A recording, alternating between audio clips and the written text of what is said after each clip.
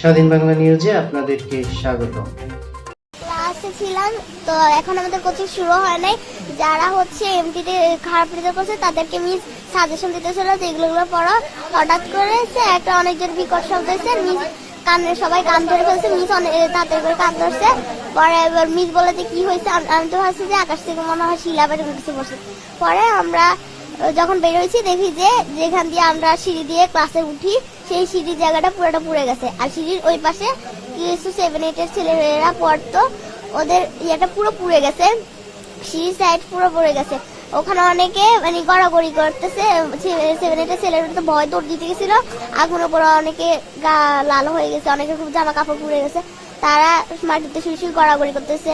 আমাদের লরিস বলতেছে যে তো আমরা সিঁড়ির দিকে দৌড় দিতে, আমরা ভাবছি যে মিস যেটা বলছে এটাই ঠিক। আমরা সিঁড়ির দিকে দৌড় দিছি, মিস বলছে আগুন নিভে গেছে, ধোয়া উঠতেছে।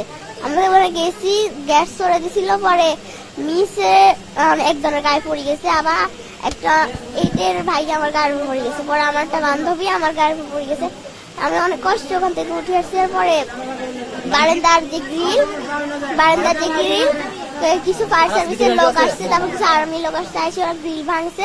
ভাঙার পর আমাদের ওখানে ট্রান্সপোর্টের যে গাড়ি রাখা হয় ওখানে একটা গেট আছে, গেট ভাঙে গেট হচ্ছে জানলার সাথে দিয়ে লাগাই যাতে সিঁড়ির মতো করে যাওয়া যায়। পরে 7-8 জন মিলে নামাইছে। কিছু আর্মি লোক মানে চারপাশে ছিল, আমাকে আস্তে আস্তে আস্তে করে নামাইছে।